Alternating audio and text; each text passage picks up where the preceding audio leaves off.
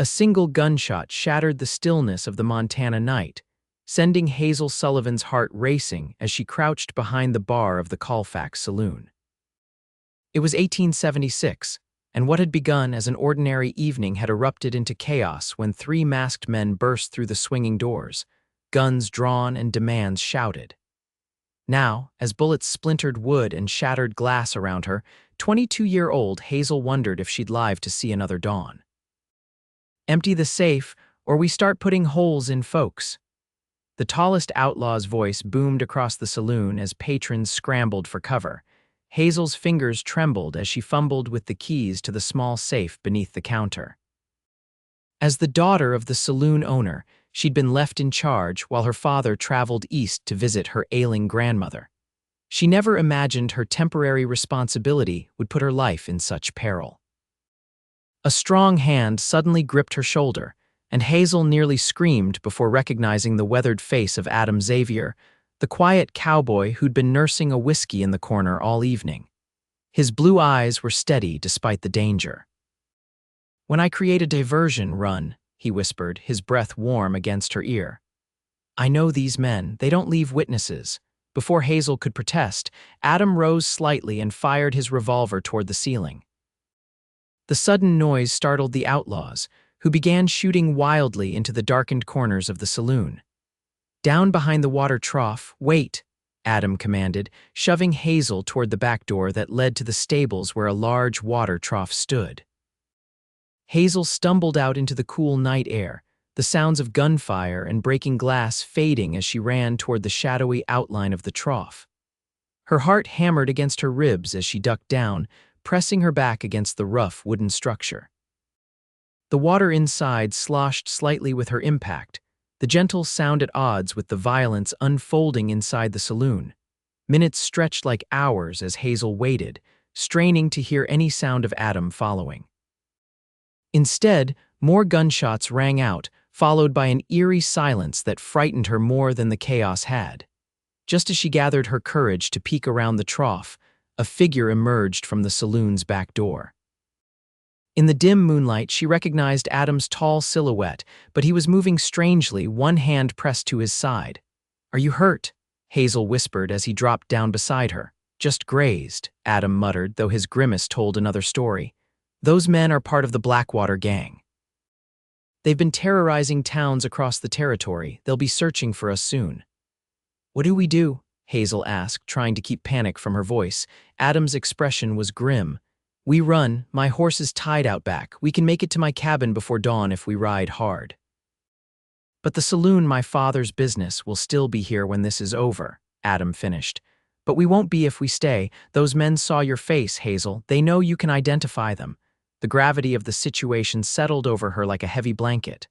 "Why are you helping me?" Something flickered in Adam's eyes, something Hazel couldn't quite name. "Let's just say I've got my reasons for wanting to see the Blackwater Gang brought to justice." Before Hazel could press him further, shouts erupted from inside the saloon. The outlaws had discovered their escape. "Time's up," Adam said, grabbing her hand. Ready to ride, without waiting for her answer, he pulled her toward a magnificent Palomino stallion tethered to a hitching post. In one fluid motion, Adam swung into the saddle, then extended his hand to Hazel. "Trust me," he said simply. Hazel hesitated for only a moment before clasping his hand and allowing him to pull her up behind him. As they galloped away from Colfax, the night wind whipping her hair, Hazel clung to this mysterious cowboy who had just risked his life to save hers. She had no idea what dawn would bring, but something told her that nothing in her life would ever be the same again. The Palomino's hooves thundered against the hard, packed earth as they rode through the darkness, putting distance between themselves and the outlaws. Hazel clung to Adam's waist, feeling the warmth of his body against the chill of the night. The moon cast silver light across the vast Montana landscape, illuminating distant mountains and casting long shadows across the prairie. "Are they following us?" Hazel called over the wind. "Not yet," Adam replied, his voice tight with pain. "But they will. The Blackwater Gang doesn't let people go easily." They rode for what seemed like hours, the rhythm of the horse's gait lulling Hazel into an almost trance-like state. Despite her fear, exhaustion began to claim her, and she found herself leaning more heavily against Adam's back. "Stay with me," he urged as her grip loosened. "We're almost there." Just when Hazel thought she couldn't hold on any longer, the outline of a small cabin appeared against the lightening eastern sky. Dawn was breaking as Adam guided the horse to a stop and helped her dismount on legs that felt like water. "It's not much," he said, gesturing to the modest cabin, "but it's secure." Hazel stumbled toward the door, her body aching from the long ride. Inside, the cabin was simple but neat: a table and 2 chairs, a small stove, a narrow bed in the corner, and shelves lined with books that surprised her. Adam winced as he followed her inside, his hand still pressed to his side.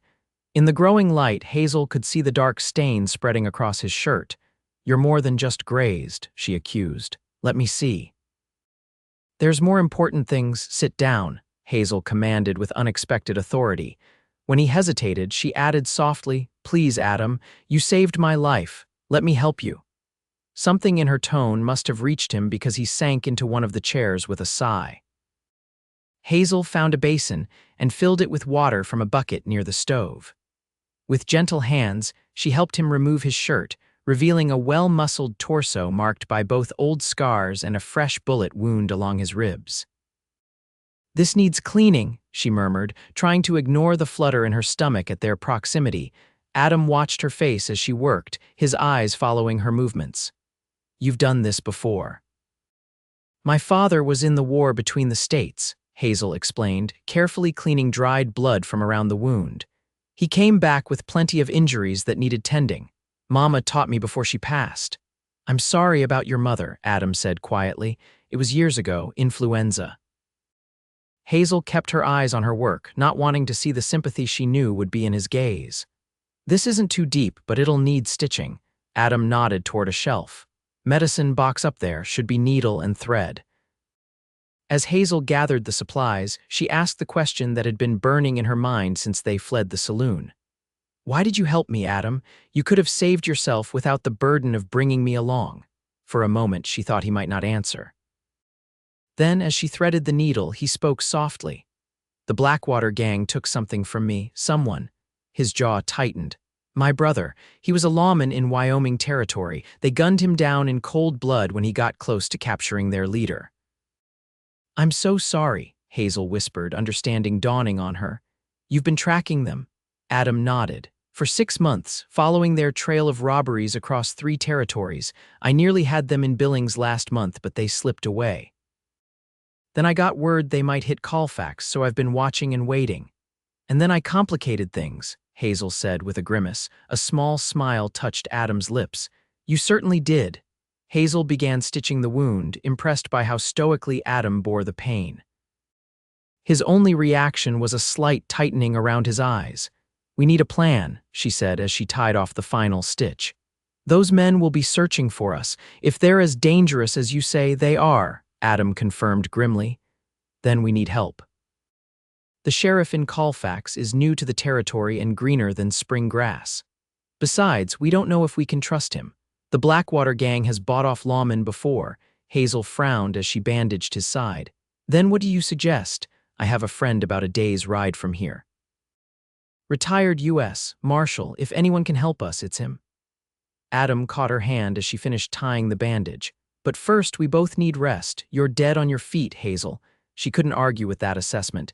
Now that the immediate crisis had passed, exhaustion washed over her in waves. "You take the bed," Adam said, standing carefully and testing his bandaged side.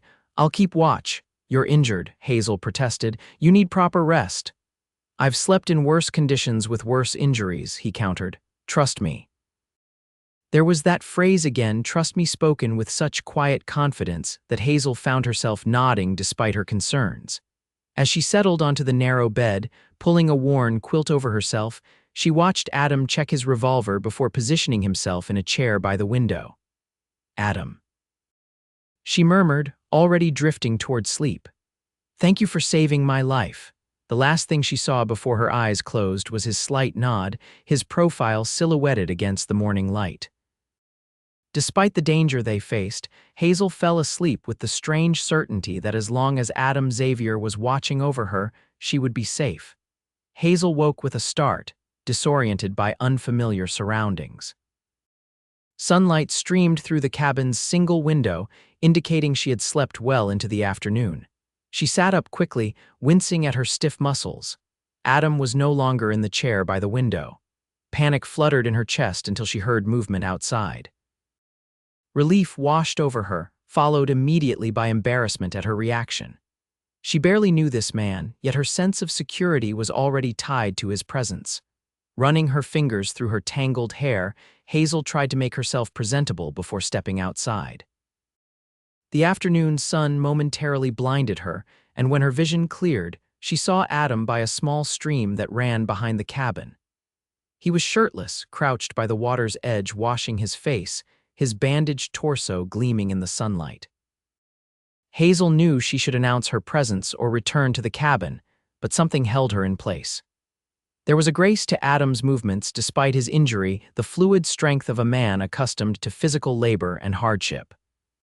Watching him, she wondered about the life he'd led before vengeance set him on this path. As if sensing her gaze, Adam looked up. Water droplets clung to his face and dark hair, catching the light. For a moment neither spoke, and something unspoken passed between them across the short distance. "Sleep well?" he finally asked, reaching for his shirt. Hazel nodded, finding her voice. "Better than I expected, considering the circumstances. How's your wound?" "Holding together, thanks to your needlework." He pulled on his shirt, wincing slightly. "Hope you don't mind, but I went through my supplies while you were sleeping, packed some food and ammunition for the journey." "When do we leave?" "Sunset," Adam replied. "We'll travel by night when it's harder for them to track us. It's a full moon, so we'll have enough light to make good time." Hazel nodded, appreciating the logic even as she dreaded another night ride. "Your friend the marshal, will he help us?" Hank Thornton's been waiting for a chance to bring down the Blackwater Gang for years. They killed his partner back in '73. Adam gestured toward the cabin. "Come on. You should eat something." Got coffee going inside. As they shared a simple meal of jerky, biscuits, and strong black coffee, Hazel studied the small cabin more carefully.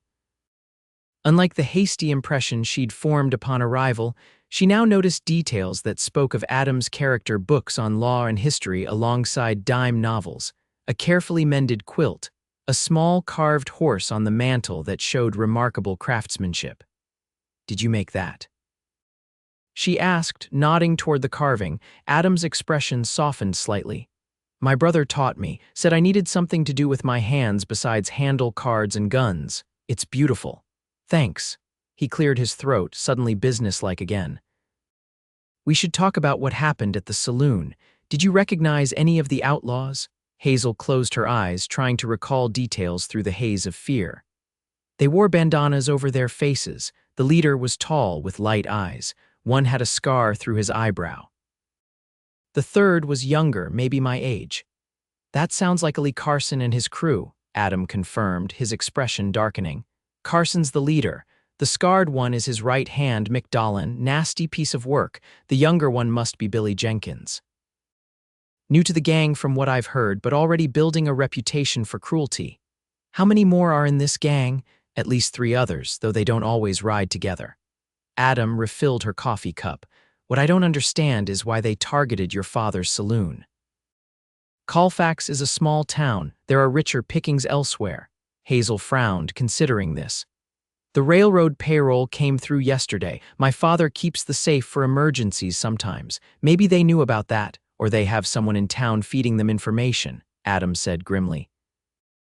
"Which means we need to be careful about who we trust when this is over." The implication hung between them: when this is over. Both knew there was no going back to normal until the Blackwater Gang was dealt with. "Tell me about your father," Adam said suddenly, his tone gentler. "He must be worried sick about you." "He's in St. Louis visiting my grandmother. He won't be back for another 2 weeks. Hazel managed a weak smile. "He'd be furious if he knew I was alone in a cabin with a man I barely know. And what would you tell him?" Adam asked, a hint of amusement touching his eyes. "That you saved my life," she answered simply. "That without you I'd be—" She couldn't finish the thought. Adam's gaze held hers for a moment before he looked away. "We should check my wound before we ride, make sure the stitches are holding." The sudden change of subject didn't escape Hazel's notice, but she didn't press him. Instead, she helped him remove the bandage, relieved to see the wound looked clean with no signs of infection. "You're lucky," she said as she applied fresh bandages. "An inch to the left and that bullet might have done real damage. Wouldn't be the first time luck was on my side," Adam replied, his voice low. "Though I'm beginning to think having you around is improving my fortunes." Hazel felt her cheeks warm at the compliment. "I'd say the same about you, Mr. Xavier." "Adam," he corrected. "After all we've been through, I think we're past formalities." "Adam," she agreed, finishing with the bandage and stepping back. "We should prepare for the journey." As the sun began its descent toward the western horizon, they readied themselves for the night ride. Adam gave Hazel a spare shirt that swallowed her smaller frame and a hat to protect against the elements. He showed her how to load and fire his spare revolver, though she prayed she wouldn't need to use it.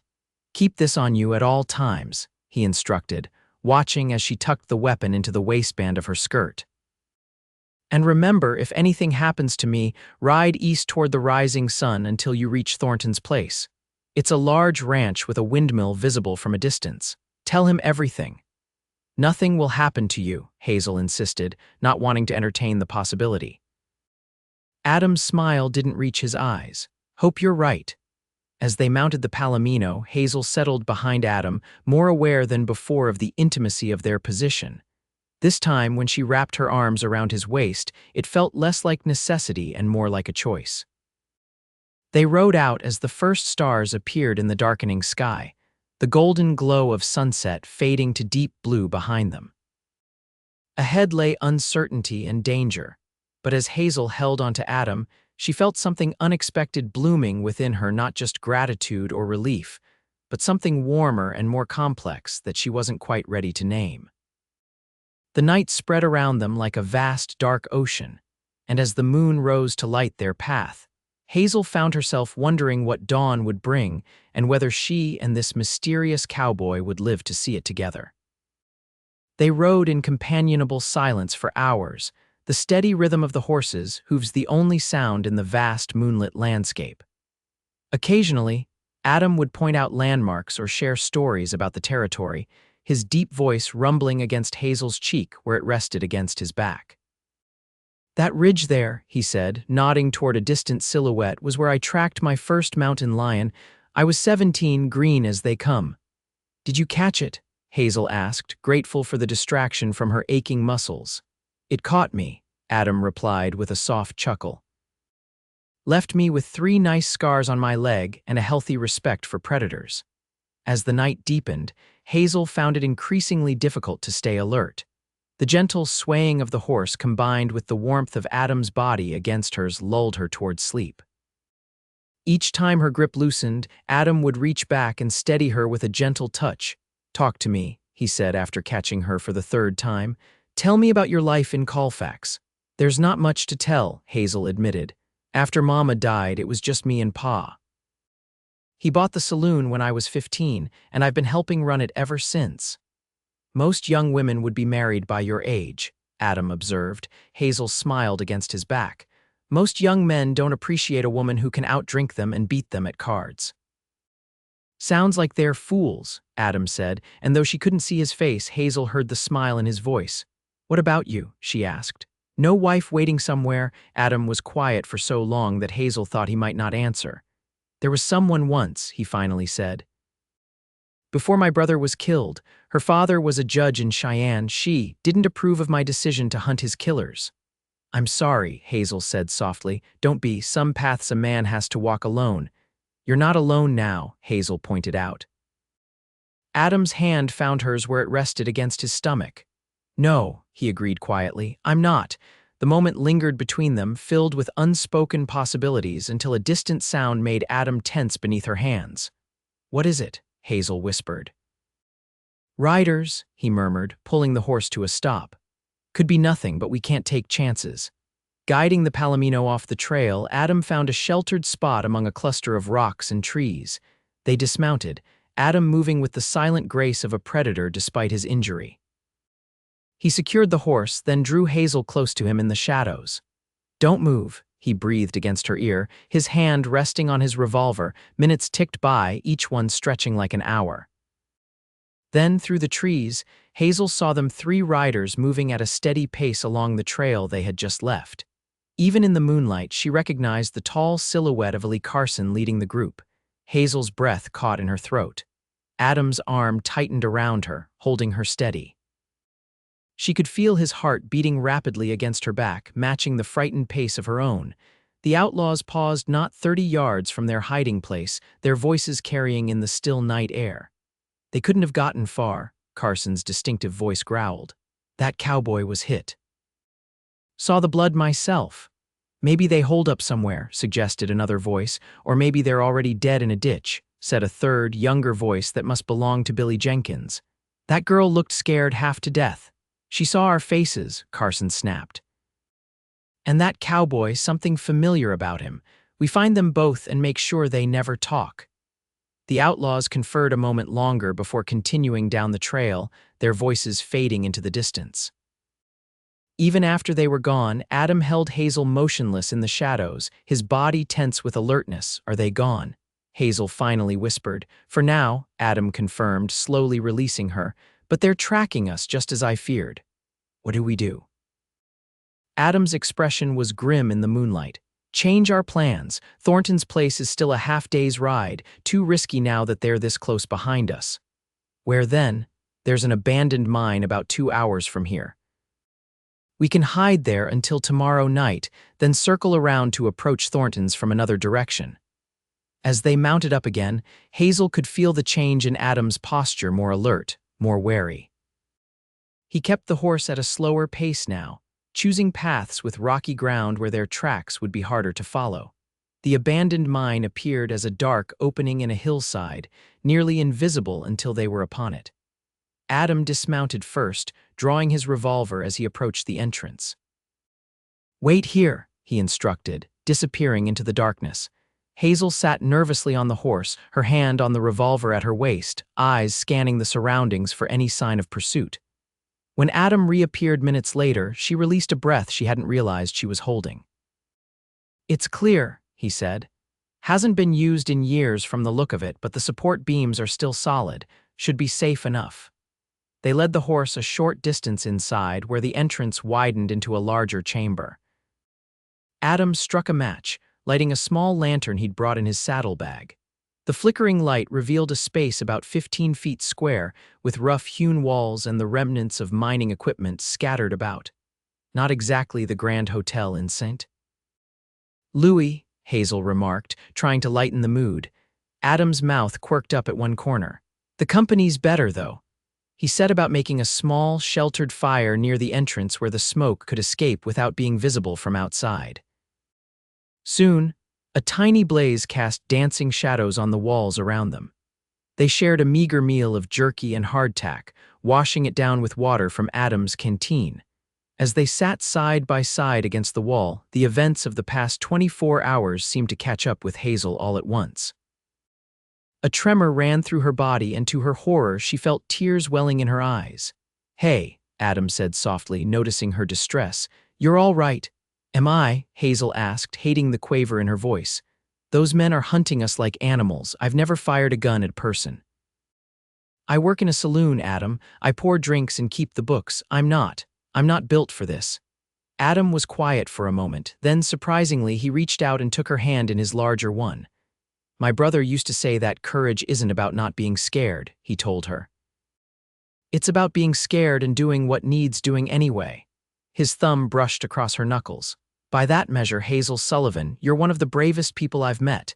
You barely know me, she said, wiping away a stray tear with her free hand. I know enough, Adam replied simply. In the dancing firelight, his eyes were impossibly blue, holding her gaze with an intensity that made her breath catch. For a moment, Hazel thought he might lean closer, might bridge the small distance between them. Instead, he cleared his throat and released her hand. You should get some rest, he said, his voice rough. I'll take first watch. Disappointed but not sure why, Hazel nodded. Adam helped her arrange his bedroll on the smoothest patch of ground, then resumed his position by the fire, revolver close at hand. As Hazel drifted toward sleep, She found her thoughts lingering not on the danger they faced, but on the feeling of Adam's hand holding hers, the warmth in his eyes when he called her brave, and the strange sense of rightness she felt in his presence, despite the chaos that had brought them together.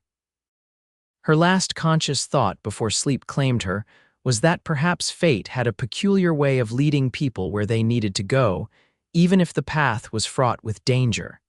Hazel woke to the sound of Adam moving around the cave. The fire had burned down to embers, casting a dim red glow that barely illuminated his tall figure as he checked their supplies. "What time is it?" she asked, her voice husky with sleep. Adam turned, seeming unsurprised that she was awake. "Just past noon, I'd guess, sun's high." "You let me sleep all night and morning." Hazel sat up, rubbing her eyes. "You were supposed to wake me for my watch." A ghost of a smile touched his lips. "You needed the rest more than I needed sleep. And when exactly do you plan to rest?" she demanded, noting the dark shadows beneath his eyes. "I'll catch a few hours before we ride out tonight," he conceded. "If it makes you feel better, you can keep watch then."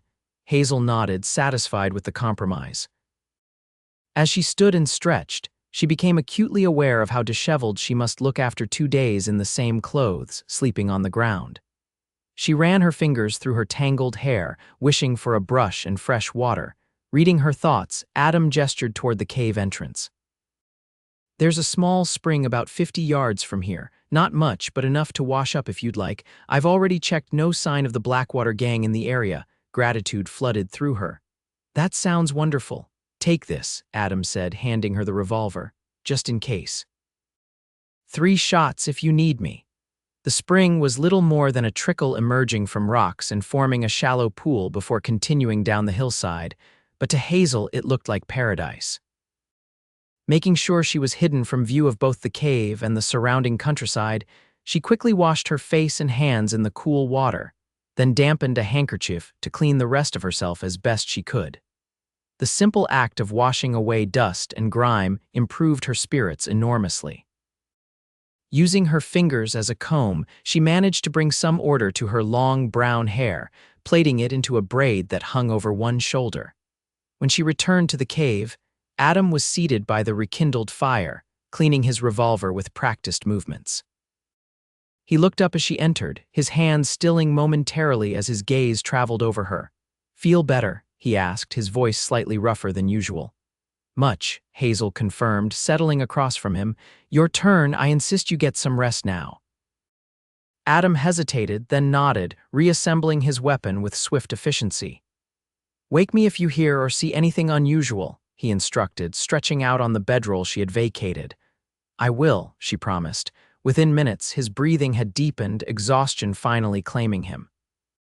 Hazel watched the rise and fall of his chest, struck by how different he looked in sleep younger. The hard lines of his face softened. The vengeful hunter was momentarily gone, leaving just a man. As Adam slept, Hazel kept vigilant watch at the cave entrance, the revolver ready in her lap. Occasionally, she would glance back at his sleeping form, a strange protective feeling rising within her. This man who had risked everything to save a stranger had somehow become immensely important to her in the span of 2 days. The afternoon passed slowly.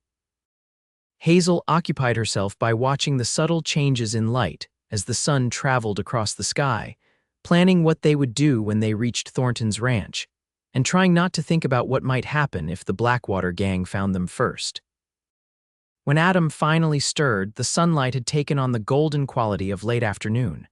He sat up immediately, fully alert in a way that spoke of years living in situations where slow waking could mean death. "Anything?" he asked, reaching for his gun belt. Hazel shook her head. "All quiet." "No sign of anyone." Adam nodded, running a hand through his tousled hair. "Good, we'll wait until full dark before moving out." As they shared the last of their provisions, Adam outlined his plan. "We'll circle north, away from the direction the gang was headed. Add a few hours to our journey, but it should keep us clear of their path. If all goes well, we'll reach Thornton's by dawn." "And if all doesn't go well?" Hazel asked quietly. Adam met her eyes steadily. "Then we improvise together." The simple word "together" sent a warm flutter through Hazel's chest. "There's something I've been meaning to ask you," she said, gathering her courage. Back at the saloon when the shooting started, you could have slipped out. No one would have noticed one more cowboy fleeing the chaos. Why did you stay? Why help me? Adam was silent for a long moment, his gaze dropping to the fire. When he looked up, there was an intensity in his eyes that made Hazel's breath catch. I watched you all evening, he admitted. The way you handled the rowdier customers with a smile but no nonsense. How you helped that old-timer who couldn't count his change. You have a kindness about you that's rare in these parts. He paused. When the outlaws burst in, I saw the fear in your eyes, but you stayed calm, tried to protect the others. I couldn't just... He trailed off, then finished simply, I couldn't leave you there. The honesty in his voice touched something deep within Hazel. Before she could respond, Adam stood abruptly. We should prepare to leave, he said, his tone businesslike again. Sun's nearly down. As they readied the horse and packed their meager supplies, Hazel found herself stealing glances at Adam's profile, wondering about the man beneath the hard exterior. What kind of life had he led before vengeance consumed him? What might he become after if they survived this? Darkness fell completely as they emerged from the mine, the night sky ablaze with stars. Adam helped Hazel mount, then swung up behind her this time, his arms encircling her waist to hold the reins. Lean back against me if you get tired, he murmured as they set off. Long night ahead. The warmth of his chest against her back was comforting as they rode into the night. Despite the danger that still pursued them, Hazel felt a strange sense of peace. Whatever came next, they would face it together. They rode steadily through the night, Adam guiding the horse along game trails and dry creek beds to minimize their tracks. The moon hung fat and bright above them, illuminating the rugged landscape in silver light. At times, the beauty of the Montana wilderness nearly made Hazel forget the danger they faced. It's magnificent, she whispered, gazing at a valley spread below them, the moonlight catching on a distant river that snaked through it. It is, Adam agreed, his voice close to her ear. This territory gets in your blood, makes everywhere else seem confined. Is that why you stayed after your brother died? Adam was quiet for a moment. Partly. Also because I knew Carson and his gang operated in these parts. Easier to track them here than chase rumors across state lines. What will you do when it's over? Hazel asked. When you've caught them, the question hung between them, filled with implications neither was ready to address. Never thought that far ahead, Adam finally admitted. Revenge doesn't leave much room for planning a future. Maybe it should, Hazel said softly. Your brother wouldn't want your whole life consumed by his death. Adam's arms tightened slightly around her. You sound like him. He was always the sensible one. Before Hazel could respond, Adam suddenly pulled the horse to a halt, his body tensing behind her. What is it? She whispered, immediately alert. Listen. At first, Hazel heard nothing beyond the normal sounds of the night, the whisper of wind through grass, the occasional call of a night bird. Then she caught at the distant rhythm of hoofbeats, multiple horses moving at speed. Riders coming from the east, Adam murmured, already turning their mount toward a stand of trees to their right. Could be ranchers, could be trouble, can't risk it either way. They reached the shelter of the trees just as the riders crested a rise about half a mile away. In the moonlight, Hazel counted 5 silhouettes moving swiftly along the trail below them. That's them, Adam confirmed grimly. All of them. Carson must have called in the rest of his gang. They're heading straight for Thornton's, Hazel realized with growing horror. Adam's expression darkened. They must have figured out where we're going. Someone's talked. What do we do? For the first time since she'd met him, Adam looked uncertain. If we try to outrun them, they'll hear us. If we stay here, they get to Thornton first, Hazel finished. Maybe hurt him or set a trap for us. Adam's jaw clenched as he watched the outlaws disappear over the next rise, still moving rapidly eastward. There's another way, he said slowly. A shortcut through Devil's Canyon. It's risky narrow trails, steep drops, but it would put us ahead of them. How risky? Hazel asked. In daylight with a fresh horse, manageable. At night with our mount already tired. He met her eyes. I won't lie to you, Hazel, it could be deadly. Hazel took a deep breath, weighing their options. If we don't try, your friend could die. We can't let that happen. Something like pride flickered in Adam's eyes. All right then. Hold tight and trust the horse. He's sure-footed, but the trail's barely wide enough in places. They set off at a cautious pace, angling north toward a dark gap in the ridgeline that must be the entrance to Devil's Canyon. As they drew closer, Hazel understood why it earned such an ominous name. The canyon was a jagged slash in the earth, its walls rising sheer on either side, the bottom lost in shadow despite the bright moonlight. Adam dismounted at the entrance, checking the horse's legs and tightening the saddle cinch. "I'll lead him through the worst sections," he explained. "Less weight on his back for the steepest parts." The canyon seemed to swallow them as they entered, the temperature dropping noticeably in its shadowed confines. The trail little more than a goat path in places wound along the eastern wall, sometimes dropping precipitously toward the unseen bottom, other times climbing so steeply that Hazel had to cling to the saddle horn to stay mounted. They had traveled perhaps a mile into the canyon when the accident happened. A section of trail, weakened by recent rains, crumbled beneath the horse's hooves. The animal whinnied in fear, scrambling for footing as the ground gave way. Adam yanked the reins, pulling the horse back from the edge, but the sudden movement dislodged Hazel from the saddle. She slid sideways with a cry of alarm, scrabbling desperately for something to hold on to as she felt herself falling. "Hazel." Adam's voice was sharp with fear as he lunged for her, catching her wrist in a grip like iron. For one terrifying moment, Hazel dangled over the edge of the trail, the dark void of the canyon floor yawning beneath her. Her entire weight hung from Adam's grasp, her feet kicking uselessly against the crumbling edge. With a grunt of effort, Adam braced himself and pulled, muscles straining against his injured side. Hazel used her free hand to claw at the ground, finding a root to help leverage herself upward. Inch by agonizing inch, Adam dragged her back onto the trail until she collapsed against him, both of them breathing heavily. "Are you hurt?" he demanded, his hands moving over her shoulders and arms, checking for injuries. Just scratched," Hazel managed, her voice shaking as badly as her limbs. The reality of how close she'd come to death crashed over her like a wave. Adam's arms tightened around her, pulling her firmly against his chest. Hazel felt the rapid beat of his heart, matching the frantic pace of her own. For a long moment, they simply held each other, the shared brush with mortality stripping away pretenses. "I thought I'd lost you," Adam murmured against her hair, his voice rough with emotion. Hazel pulled back just enough to look up at his face, shadowed in the darkness of the canyon. "You didn't," she whispered. "You caught me." Something shifted in Adam's expression, his eyes darkening as they dropped to her lips. This time there was no hesitation. He lowered his head and kissed her with a desperation born of fear and relief, and something deeper that had been building since the moment they met.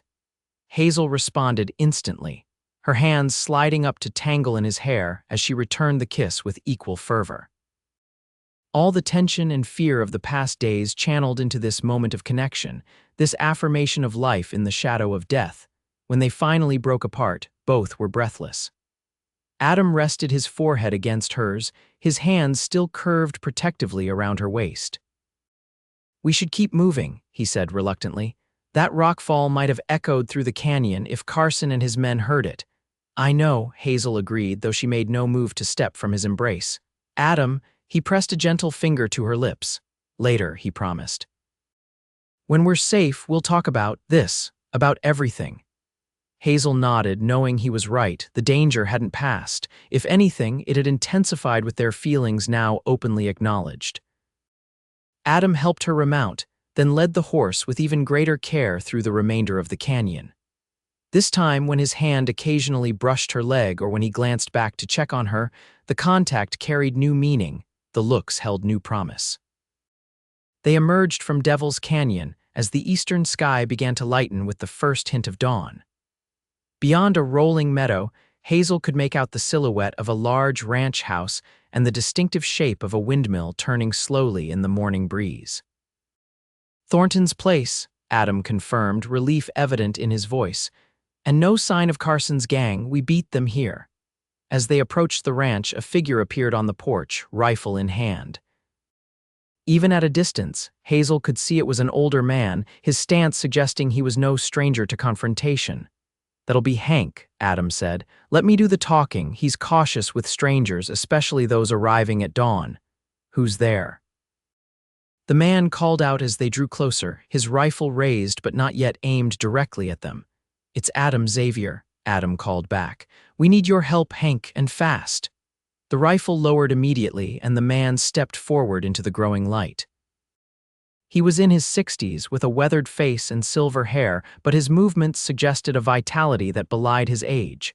"Xavier?" Surprise colored his voice. "What in tarnation are you doing here at this hour?" His gaze shifted to Hazel, and with a lady no less. "The Blackwater Gang is on our trail," Adam explained as they reached the porch. "Less than an hour behind us, I'd guess, all 5 of them." Hank Thornton's expression hardened. "Best come inside then, quickly." As Adam helped Hazel dismount, his hands lingering at her waist longer than necessary, Hank's shrewd eyes missed nothing. "Seems you've got quite a story to tell," the former marshal observed dryly. "Let's hear it while we prepare. Carson and his boys won't find me with my guard down." Inside the ranch house, as dawn broke fully over the Montana wilderness, Hazel found herself wondering if they had merely traded one dangerous situation for another. The confrontation they had fled for 2 days was now rushing toward them, and this time there would be nowhere left to run. Hank Thornton's ranch house was larger than it appeared from the outside, with a well-appointed main room dominated by a stone fireplace. As they entered, a young man who had been dozing in a chair near the fire jumped to his feet, hand moving instinctively to the revolver at his hip. "Stand down, Matthew," Hank ordered. "It's Xavier." The young man, who couldn't have been more than 20, relaxed slightly, though his curious gaze moved between Adam and Hazel. "My nephew," Hank explained, "been staying with me since his parents passed last winter. Good with a gun, better with horses."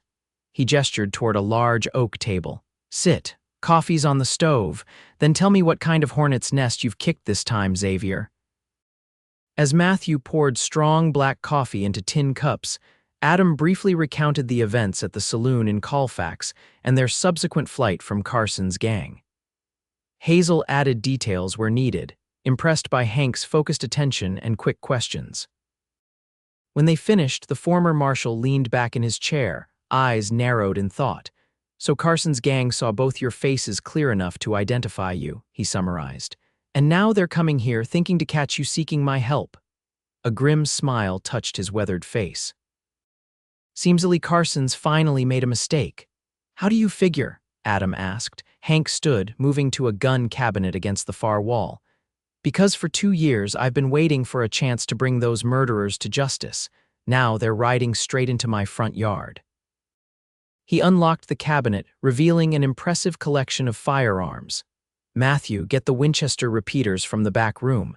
As his nephew hurried to comply, Hank turned to Adam. "I count 3 gun hands on our side. How's your shooting these days, Miss Sullivan?" Hazel straightened in her chair. "I can hit what I aim at, Mr. Thornton, but I've never shot at a person." "Let's hope today doesn't change that," Hank said kindly. "But if it comes down to it, she'll be somewhere safe," Adam interrupted, his tone brooking no argument. "I didn't bring her all this way to put her in the line of fire." Hazel opened her mouth to protest, but the look in Adam's eyes stopped her.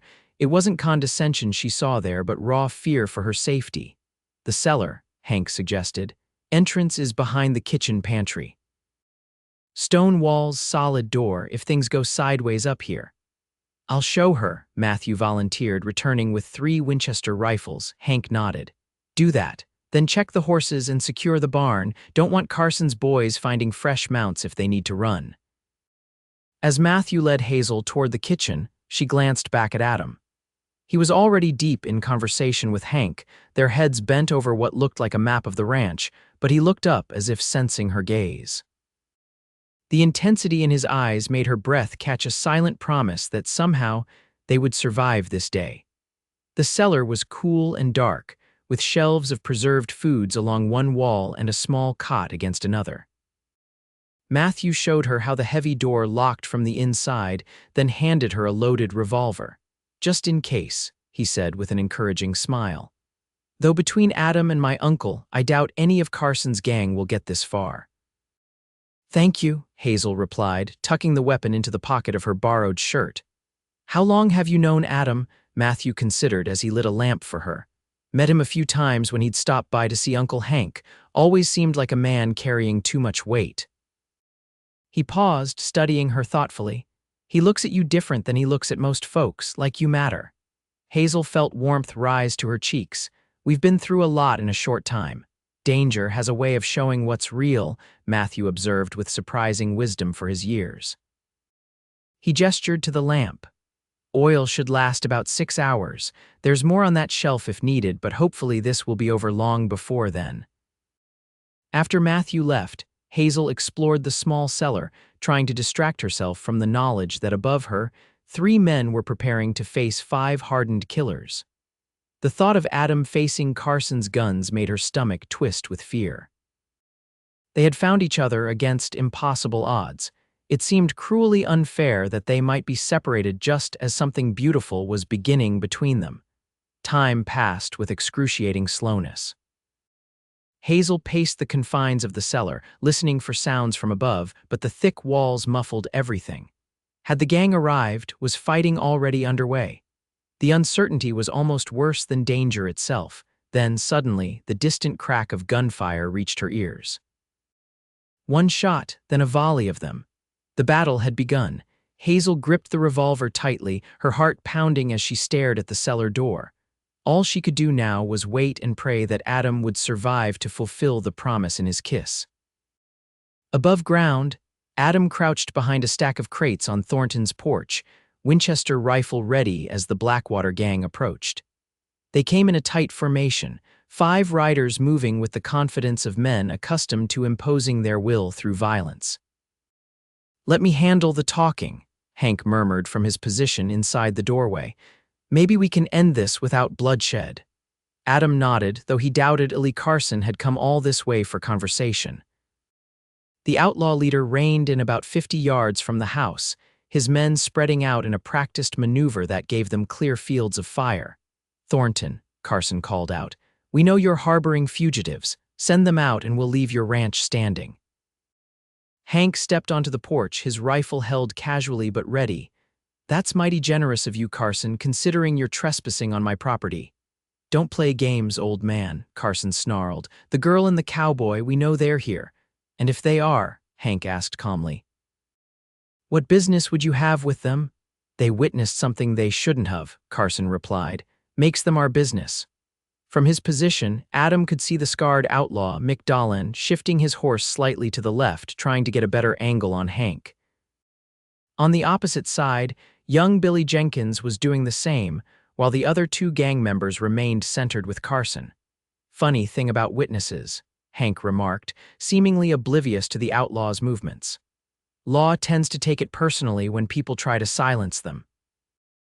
Carson laughed, an ugly sound devoid of humor. "What law? The drunk sheriff in Colfax, the territorial marshals who can't find their own shadows. You're a relic, Thornton. Your badge doesn't shine anymore." "Maybe not," Hank agreed, "but my rifle still works just fine." His voice hardened. "I'm giving you one chance, Carson. Ride away. The frontier's getting smaller every day. Sooner or later, men like you run out of places to hide." A tense silence followed, broken only by the creak of saddle leather as Carson shifted his weight. Adam tightened his grip on his rifle, knowing the moment of decision had arrived. "I tried being reasonable," Carson said with mock regret. His hand dropped to his holster. "Boys, burn it down, kill anyone you find." Everything happened at once. Carson drew his revolver just as Hank raised his rifle. Shots rang out from both sides, the peaceful morning shattered by gunfire and shouts. Adam targeted Dolan first, knowing the scarred outlaw was the deadliest shot among them. His bullet caught the man in the shoulder, spinning him from his saddle. Matthew, positioned at the barn, fired at the outlaws from the flank, forcing them to split their attention. One of Carson's men fell immediately, a red stain blossoming across his chest. "Xavier." Carson shouted, recognizing Adam as he broke cover to fire again. "Should have known you'd be mixed up in this. Your brother died crying for mercy." The taunt was designed to enrage him, to make him careless. 2 days ago, it might have worked. But with Hazel's life at stake, Adam maintained his focus. answering only with another carefully placed shot that clipped Carson's arm. The remaining outlaws dismounted, seeking cover behind rocks and a water trough. The initial exchange had left one gang member dead, another wounded, but Carson and two others were still very much in the fight. Billy Jenkins, the youngest outlaw, made a dash toward the barn, perhaps hoping to circle behind them. Matthew tracked him with his Winchester but had to duck as bullets splintered the wood around him. "Cover me," Adam called to Hank, then sprinted across the yard toward the barn, staying low. He reached the structure just as Jenkins disappeared around its far corner. Drawing his revolver in his right hand while keeping his rifle ready in his left, Adam followed cautiously. The young outlaw was nowhere in sight as Adam rounded the corner. A board creaked overhead. Adam looked up just in time to see Jenkins on the barn roof, taking aim. He fired instinctively, his bullet catching the young outlaw in the chest. Jenkins staggered, his own shot going wild, then toppled from the roof to land with a sickening thud in the dirt. Back at the house, the gunfight continued. Hank was exchanging fire with Carson, while Matthew kept the third outlaw pinned down. Dahlan, despite his wounded shoulder, was attempting to work his way around to the back of the house. Realizing the scarred outlaw's intent, Adam's blood ran cold. The cellar entrance was accessible from the back. If Dahlan found Hazel, Adam moved without conscious thought, racing along the side of the barn toward the rear of the property. He caught sight of Dahlan just as the outlaw reached the back porch, clutching his bleeding shoulder but still dangerous. "Dahlan," Adam shouted. The scarred man whirled, firing in one smooth motion. Pain exploded in Adam's left arm as the bullet grazed him, but he kept his revolver steady, squeezing the trigger twice in rapid succession. Both shots found their mark. Dahlan collapsed against the porch steps, his gun falling from lifeless fingers. From the front of the house came a final volley of shots, then silence. Adam approached cautiously, his wounded arm throbbing, revolver ready. "Thornton," he called. "We're good," came the reply. "Carson's down." The last one surrendered. Relief washed over Adam as he rounded the corner to find Hank securing the surviving outlaw's hands behind his back. Matthew emerged from behind a water barrel, a slight graze on his cheek, the only sign he'd been in danger. "Hazel," Adam said urgently. "Is she still in the cellar, I expect?" Hank replied. "This one never got close to the house." He jerked his head toward the bound outlaw. Adam holstered his weapon and headed for the kitchen, his pace quickening with each step. Reaching the pantry, he pulled aside the rug covering the cellar door and knocked. "Hazel, it's over. It's Adam." For a moment, there was silence. Then came the sound of a bolt being drawn back, and the door swung open to reveal Hazel standing there, revolver in hand, her face pale but determined. "Adam," she breathed, relief flooding her features. Then she saw the blood on his sleeve. "You're hurt. Just a graze," he assured her as she climbed the steps to join him. "Carson and his gang won't threaten anyone again." Hazel set the revolver aside and reached for him, her hands gentle as they examined his wounded arm. "This needs cleaning and bandaging," she said, practical despite the emotion evident in her voice. "Later," Adam said, pulling her into his arms with his good arm. "Right now, I just need to know you're all right." "I am now," she whispered against his chest. They stood like that, holding each other in the quiet kitchen as the sun climbed higher in the sky outside. The danger had passed, leaving in its wake a profound gratitude for survival and the undeniable sense that whatever had begun between them in the chaos of the past days was far stronger than either had realized. In the aftermath of the gunfight, Thornton's ranch buzzed with activity. The local sheriff arrived with deputies to collect the bodies of the outlaws and take the surviving gang member to jail. A doctor who happened to be visiting a nearby ranch was summoned to tend to Adam's wound and check the others for injuries. Hank provided Hazel with clean clothes borrowed from a neighbor's daughter who occasionally helped at the ranch, and the luxury of a proper bath behind a privacy screen in a back room. Afterward, wearing a simple blue dress that was slightly too large but blessedly clean, Hazel felt almost human again. She found Adam on the front porch, his arm bandaged, staring out at the land stretching toward distant mountains. He turned at the sound of her footsteps, his eyes warming as they took in her appearance. "You look beautiful," he said simply. Hazel smiled, tucking a strand of damp hair behind her ear. "Amazing what soap and water can do." "It's not the clothes," Adam replied, his gaze holding hers. "It's you."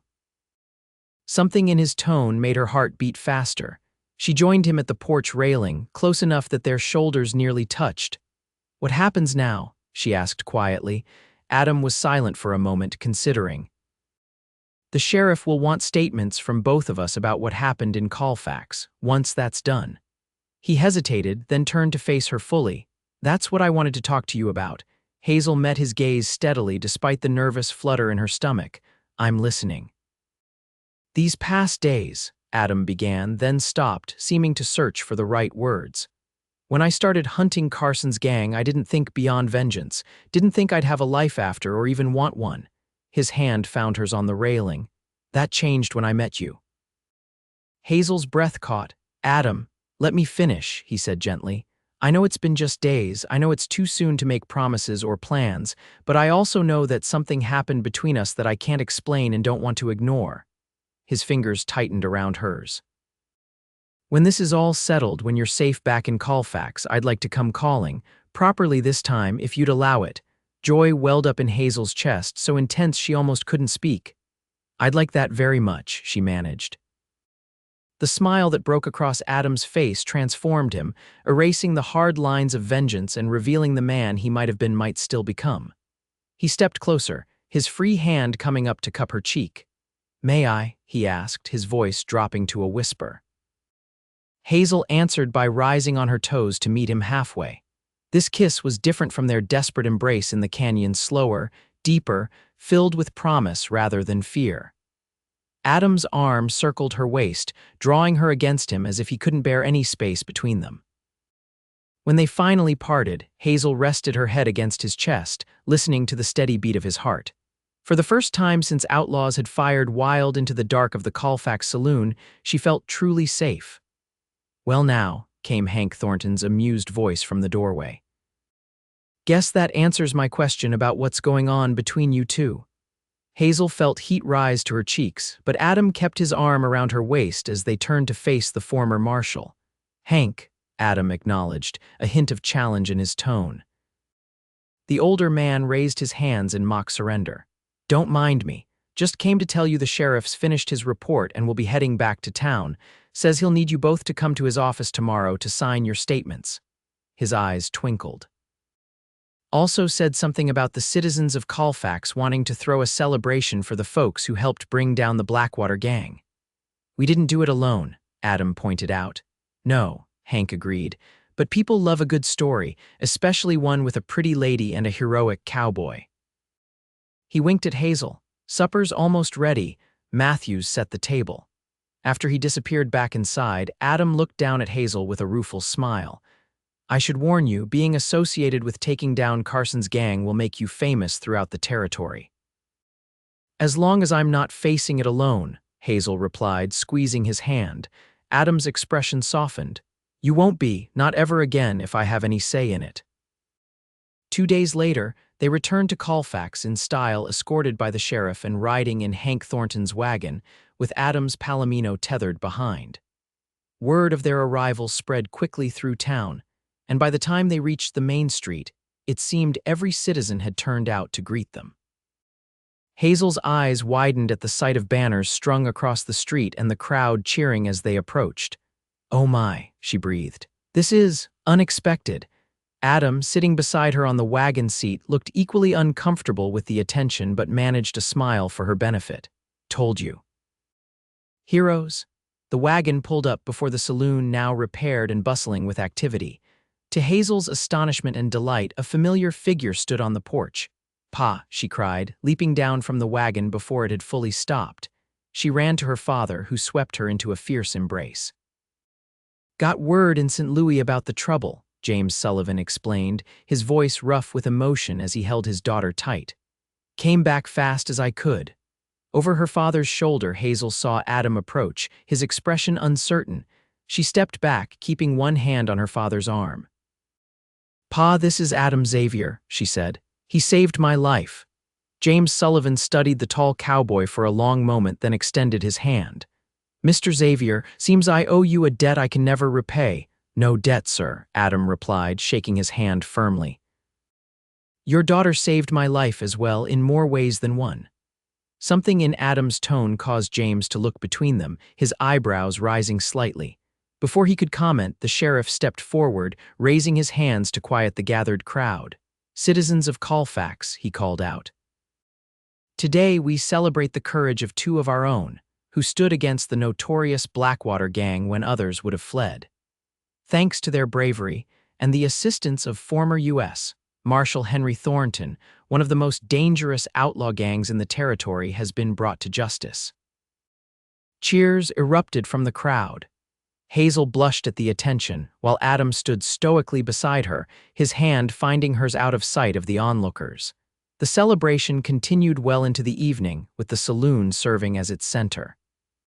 Hazel found herself recounting the story again and again, though she noticed that Adam spoke little of his role, deflecting praise to Hank Thornton and the sheriff whenever possible. As the night wore on, Hazel managed to slip away from the well-wishers for a moment of quiet in her father's office at the back of the saloon. She stood by the window, watching stars appear in the darkening sky, when a soft knock at the door drew her attention. "Come in," she called. Adam entered, closing the door behind him. He had changed into clean clothes, his hair still damp from a recent bath, and the sight of him made Hazel's heart skip a beat. "Escaping the admirers?" she asked with a smile. "Looking for you," he corrected, crossing the room to stand before her. "Your father's been telling anyone who'll listen how proud he is of you." "He's a good man," Hazel said. "He liked you, by the way." Adam's eyebrows rose. "Did he, even after he saw the way I look at his daughter?" Warmth flooded Hazel's cheeks. "Especially then, I think. Pa always said he wanted someone for me who would see me clearly and value what he saw." She took a step closer to Adam. "Do you see me clearly?" "I see a woman of exceptional courage and kindness," Adam said softly, reaching up to brush his fingers along her cheek. "A woman who taught me there might be something worth living for beyond vengeance." "And what might that be?" Hazel asked, her voice barely above a whisper. Instead of answering with words, Adam drew her into his arms and kissed her with a tenderness that spoke volumes. Hazel melted against him, her arms sliding around his neck as she returned the kiss with equal feeling. When they finally parted, Adam rested his forehead against hers. "I've been thinking about my plans now that Carson's gang is finished," he said. "And?" Hazel prompted, her heart suddenly pounding. "I've saved most of what I earned working cattle these past years, enough to buy a small spread, maybe start a horse ranch." His eyes searched hers. "I saw a property about 5 miles outside of Colfax, good water, decent grazing land. Close enough to town that a man could ride in frequently, say to court a certain saloon owner's daughter properly." Joy bubbled up within Hazel, making her feel light enough to float away. "That sounds like a fine plan, Mr. Xavier. Does it now, Miss Sullivan?" Adam smiled, the expression transforming his features. "And might this plan have your father's approval?" "Why don't you ask him yourself?" Hazel suggested, unable to stop smiling. Adam's expression turned serious. "I intend to. Tomorrow. I want to do this right, Hazel. You deserve nothing less." Outside, the sounds of celebration continued, music and laughter drifting through the window on the cool evening breeze. But in that quiet office, Hazel and Adam had created a world of their own, one full of promise and possibility. "Adam," Hazel said softly, "when those outlaws fired into the dark and you told me to hide behind the water trough, did you have any idea what would happen between us?" He shook his head, a smile playing at his lips. "Not a clue, but I'm mighty glad it did." "So am I," Hazel whispered, rising on her toes to kiss him once more. 1 year later, the spring morning dawned clear and bright, sunlight streaming through the windows of the small church in Colfax. Hazel Sullivan stood before the mirror in the back room, hardly recognizing the woman who gazed back at her in a wedding dress of ivory silk. "You look beautiful, sweetheart," her father said from the doorway, his eyes suspiciously bright. "Your mother would be so proud." Hazel touched the cameo at her throat, her mother's, worn as something old. "I wish she could be here." "She is, in her way," James assured her, offering his arm. Ready to marry your cowboy? Hazel's heart swelled with happiness as she nodded. More than ready, Pa. The church was filled to capacity, the citizens of Colfax having embraced Adam Xavier as one of their own over the past year. His horse ranch was thriving, with his reputation for fine stock spreading throughout the territory. But more importantly to Hazel, she had watched the shadows of vengeance gradually fade from his eyes, replaced by hope and purpose.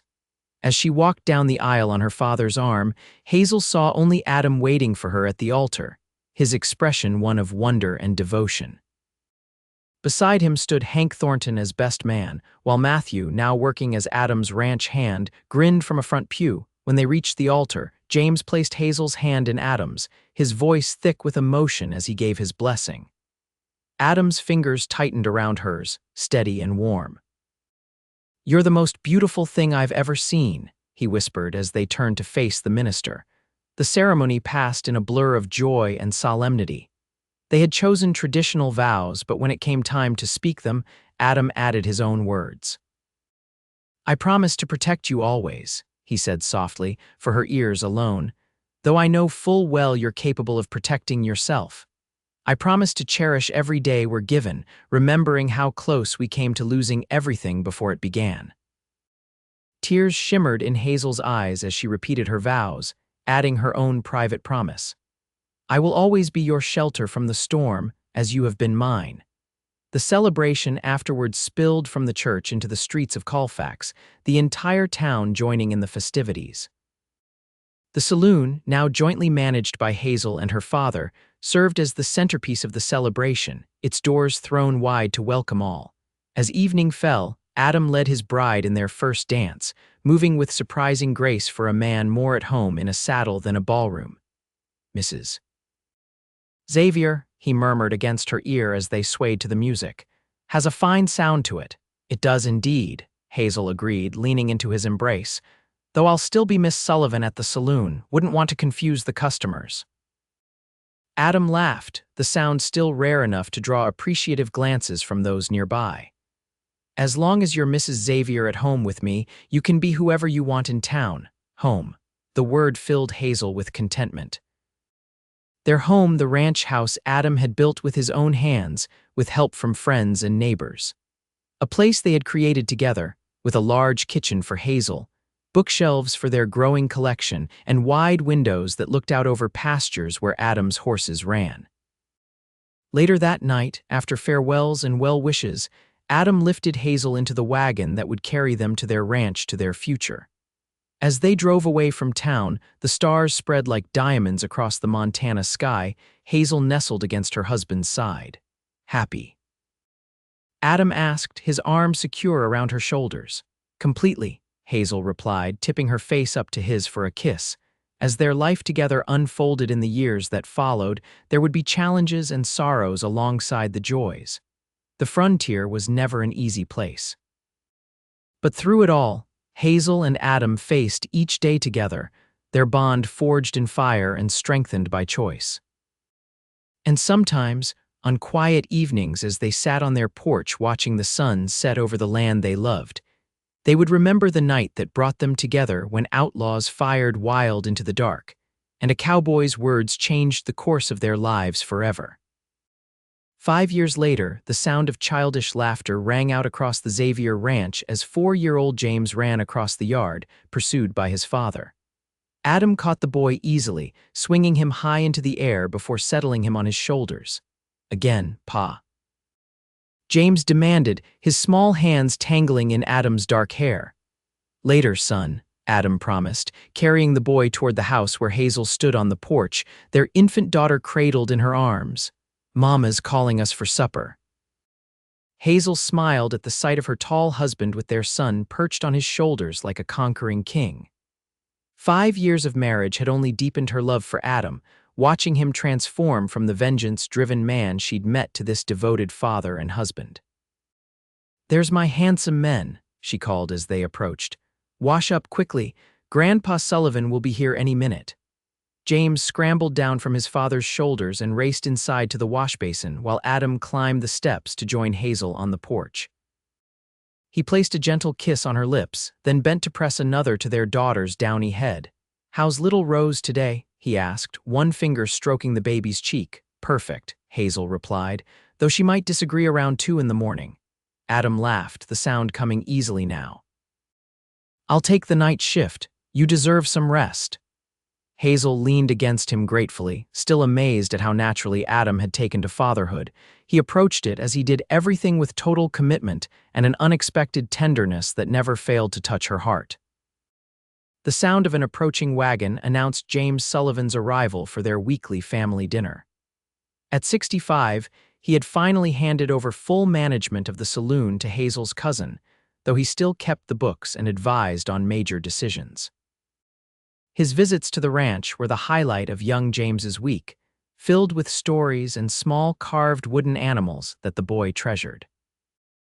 As they gathered around the dinner table, Hazel and Adam, James Sullivan, young James, and baby Rose sleeping in a cradle nearby, Hazel felt a profound sense of gratitude wash over her.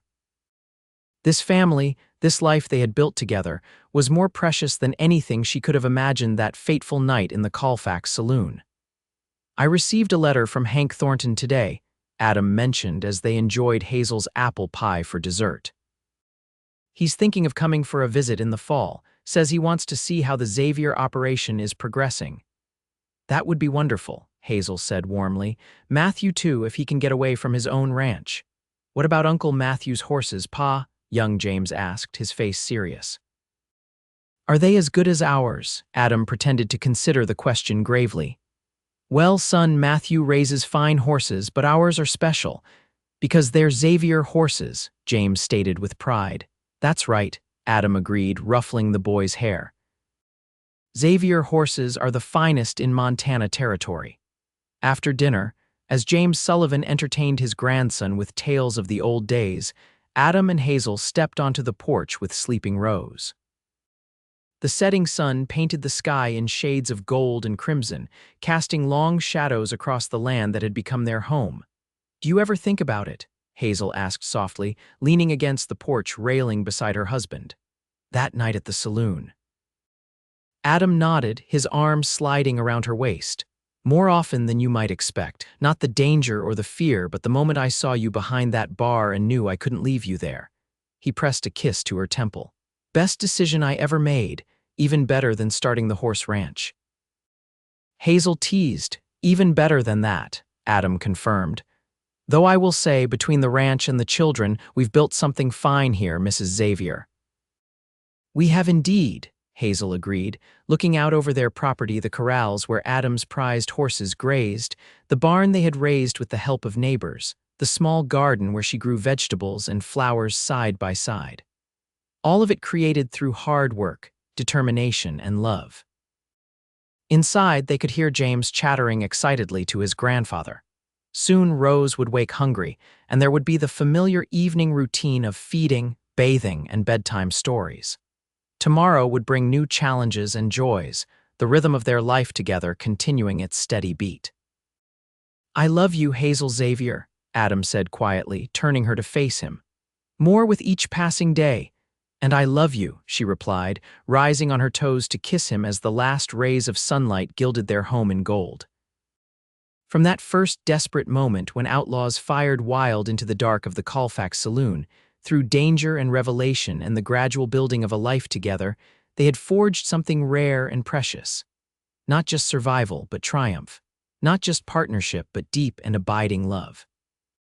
As twilight settled over the Xavier Ranch and the first stars appeared in the darkening sky, Hazel and Adam held each other close, grateful for the twist of fate that had brought them together and the courage that had kept them there.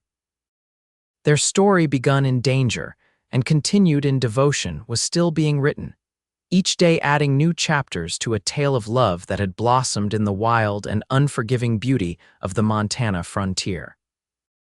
And in that moment, with her husband's arms around her and their children safe within the home they had built, Hazel knew with absolute certainty that she had found something most people search for all their lives.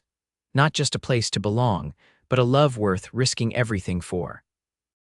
"Come inside," she whispered to Adam. "Let's put our children to bed." Hand in hand, they returned to the warmth of their home, to the family they had created, to the future they would face together just as they had faced everything since that fateful night when a cowboy's warning had changed their lives forever.